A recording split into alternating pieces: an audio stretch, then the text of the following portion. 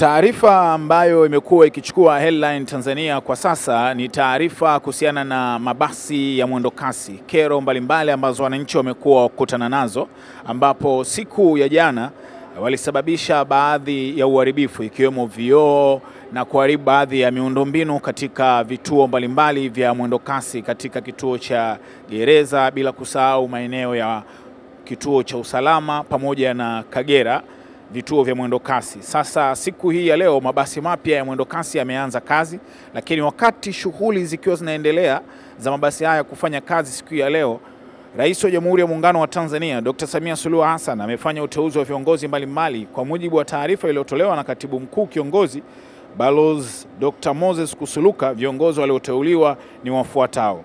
Said Habib Tunda ameteuliwa kuwa mtendaji mkuu wa wakala wa mabasi yaendayo haraka DART. Tunda anachukua nafasi ya Dr. Athman Kiamia ambaye uteuzi wake umetenguliwa. Pius Andrew Ngingo ameteuliwa kuwa mkurugenzi mkuu wa kampuni ya mabasi yaendayo haraka UDART.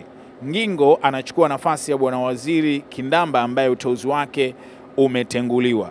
Taarifa hii imesainiwa na Sharifa Nyanga, mkurugenzi wa mawasiliano ya Rais Ikulu, Oktoba 2, 2025. Mimi ni Pasco Mwakioma.